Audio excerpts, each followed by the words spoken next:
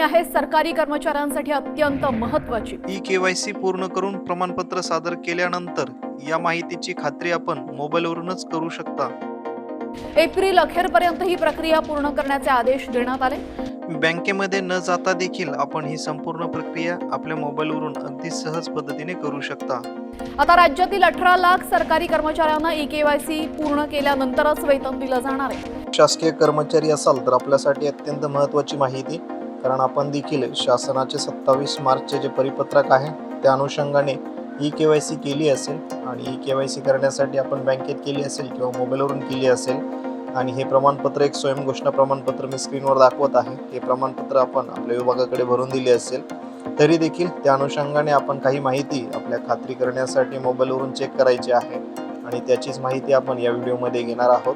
त्यापूर्वी शासनाचे हे परिपत्रक बघून घ्या। 27 मार्च परिपत्रक आहे, ज्यामध्ये एप्रिल महिन्याचे पेमेंट अदा होण्या अगोदर आपल्या सर्व शासकीय कर्मचाऱ्यांची ई-केवायसी असणे बंधनकारक आहे। आता ई-केवायसी म्हणजे काय, तर थोडक्यात आपल्या आधारला आपले बँक खाते लिंक असणे आवश्यक आहे। जे बँक खाते आपण पगारासाठी देत आहोत तेच बँक खाते आपल्या आधारला लिंक आहे का नाही याविषयीचे आपण या अगोदर देखील चॅनलवरती व्हिडिओ आहे ते आपण बघून घ्या। तरी देखील आपण या व्हिडिओमध्ये सविस्तर माहिती घेणार आहोत। कारण आपण शासकीय कर्मचारी असाल, प्रमाणपत्र जमा देखील केले असेल, परंतु आपल्या खात्रीसाठी 2-3 बाबी आहेत, ज्यामध्ये आपले आधार डीबीटी खाते ॲक्टिवेट आहे का नाही ते चेक करणे असेल, त्यानंतर आपलं आधार पॅन हे लिंक असणे आवश्यक आहे का नाही, म्हणजे आता याविषयी सविस्तर काही तरतूद शासनाच्या परिपत्रकात नाही तरी देखील मला वाटतं आपण एक खात्री करून घेणे महत्त्वाचे आहे, ज्यामध्ये आपल्या पगार खात्याला आपले पॅन लिंक आहे का नाही ते कसे चेक करायचे, त्यानंतर आपले आधार आणि पॅन हे लिंक आहे का नाही ते देखील आपण याच व्हिडिओमध्ये बघणार आहोत। अगदी 2-2 मिनिटाची प्रोसेस आहे, मोबाईलवरून देखील आपण सहज चेक करू शकता। चला तर मग वेळ वाया न घालता आपण व्हिडिओला सुरुवात करू। त्या अगोदर आपण शासकीय कर्मचारी असाल तर या अगोदर देखील आपण 2-3 व्हिडिओ बनवले आहे, ज्यामध्ये आपले बँक खाते कसे चेक करायचे, त्यानंतर चेंज कसे करायचे NPCIच्या साईटवरती जाऊन, आणि इतरही माहिती आपण बनवली आहे, ते व्हिडिओ बघून घ्या। चला तर मग वेळ वाया न घालता अगोदर व्हिडिओला सुरुवात करू। आपण स्क्रीनवर बघू शकता हा ई-केवायसी फॉर्म आहे, जो की आपण भरून दिला असेल आपल्या विभागाकडे। ज्यांनी अजूनही हा फॉर्म भरून दिला नसेल त्या कर्मचाऱ्यांनी भरून द्या, आणि या फॉर्मची लिंक मी खाली व्हिडिओच्या डिस्क्रिप्शन बॉक्समध्ये देखील दिलेली आहे। चला, त्यानंतर इतरही जे व्हिडिओ आहेत संबंधित त्याची लिंक देखील खाली व्हिडिओच्या डिस्क्रिप्शन बॉक्समध्ये आहे, ती बघून घ्या। चला, त्यानंतर आपण थोडंसं 2 मिनिटात 1-1 मिनिटात सविस्तर सांगतो, ज्यामध्ये आपण गुगलवरती या, माय आधार असे सर्च करा। माय आधार असे सर्च केल्यानंतर आपण या साईटवरती याल। लक्षात द्या, थोडंसं खाली स्क्रॉल करा। मोबाईलवरून करत असाल तर डेस्कटॉप साईट करून घ्या। आता हे थोडं शॉर्टमध्ये माहिती देत आहे, सविस्तर माहितीसाठी आपण ते संबंधित व्हिडिओ बघू शकता, ज्यामध्ये आधार सर्व्हिसेसवरती क्लिक केल्यानंतर आपल्यासमोर अशा प्रकारचा इंटरफेस ओपन होईल। आता इथे बघू शकता आपण आधार लिंक स्टेटस यावरती क्लिक करा। आधार लिंकिंग स्टेटसवरती यावरती क्लिक केल्यानंतर आपल्यासमोर अशा प्रकारचा इंटरफेस ओपन होईल, ज्यासाठी आपणास थोडं खाली स्क्रॉल करायचे आहे। खाली स्क्रॉल केल्यानंतर इथे आपण बघू शकता बँक सीडिंग स्टेटस नावाचा एक पर्याय आहे, ज्यावरती क्लिक करा।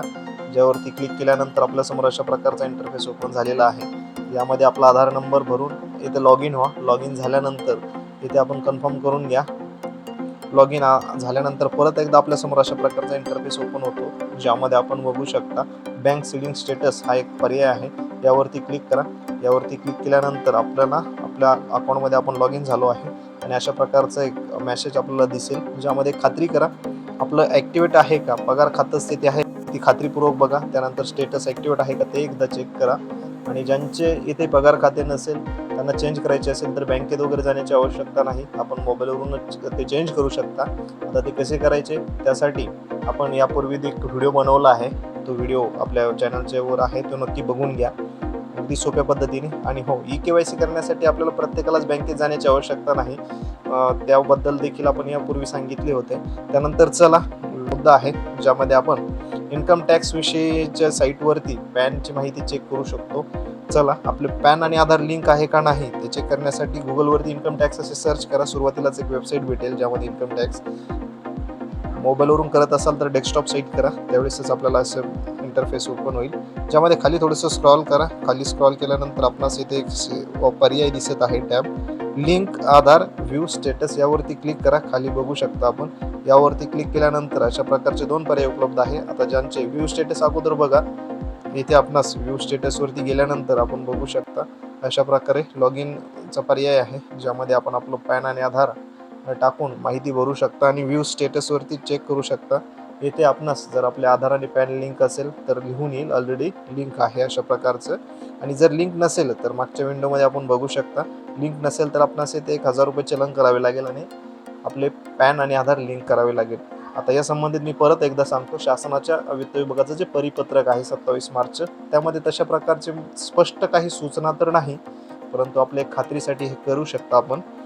त्यानंतर दुसरा एक बाब आहे, ज्यामध्ये आपण आता आपल्या बँक खातं जे आहे पगार खातं, त्याला आपलं पॅन कार्ड लिंक आहे का नाही हे एक बघणं गरजेचं आहे, ज्यासाठी आपण बघू शकता पॅन कार्डच्या साईटवरती या इन्कम टॅक्सच्या साईटवरती आल्यानंतर आपण लॉग इन व्हा. इन्कम टॅक्सच्या साईटवरती आल्यानंतर वरती आपणास पर्याय आहे, येथे एक विंडो आहे, येथे बघू शकता आपण. यावरती क्लिक करा, लॉग इन व्हा. लॉग इन झाल्यानंतर आपल्यासमोर 1 मिनिट अशा प्रकारचं इंटरफेस ओपन होईल, ज्यामध्ये 2 पर्याय आहेत, रजिस्टर आणि लॉग इन. आपण जर टॅक्स भरत असाल तर लॉग इनवरती जा, आपला पासवर्ड एंटर करा. पासवर्ड एंटर केल्यानंतर आपल्यासमोर इथे युजर आय डी म्हणजे आपलं पॅन हे टाकल्यानंतर आपलं पासवर्ड असेल. पासवर्ड जर नसेल तर फॉरगेट करा. फॉरगेट केल्यानंतर आपण नवीन पासवर्ड सेट करू शकता आणि लॉग इन व्हा. ज्यामध्ये अकाउंट डिटेल्स आपणास दिसेल, अकाउंट डिटेल दिसेल, ज्यामध्ये आपलं पॅन लिंक आहे का नाही आणि आपल्या पॅनला आपली अकाउंट अपडेट आहे का नाही त्याची माहिती दिसेल. याविषयी आपणास काही अडचण येत असेल तर कमेंट्स करा. आणि हो, एक गोष्ट लक्षात घ्या, बरेचसे कर्मचाऱ्यांनी बँकमध्ये जाऊन KYC पूर्ण केली, तर ठीक आहे, बँकेत देखील करू शकता, किंवा काही कर्मचाऱ्यांनी बँकेकडून तशा प्रकारचे फॉर्म घेतले. त्यानंतर काहींनी जे सेंट्रलचं आपलं वेब पोर्टल आहे डिजी लॉकर, ज्यामधून देखील सेंट्रलची KYC प्रमाणपत्र घेतली आहे. तर मला तरी वाटतं एवढी सगळ्या गोष्टी आपणास करायची आवश्यकता नाही. मोबाईलवरून फक्त आपल्याला आपलं आधार डेबिट बँक खाते म्हणजे ॲक्टिवेट करणे आहे, आणि तेच पगार खाते आहे का नाही एवढंच करणे आहे. बाकी बँकेत वगैरे जायची गरज नाही, आणि ही संपूर्ण माहिती आपण स्वतः फक्त एक स्वयंघोषणा प्रमाणपत्र भरून द्यायचे आहे. आता त्या प्रमाणपत्राचा नमुना आपल्या व्हिडिओच्या डिस्क्रिप्शन बॉक्समध्ये आहे, आणि या संबंधित आपणास जर काही अडचण आली तर नक्की कमेंट्स करा. चला, धन्यवाद.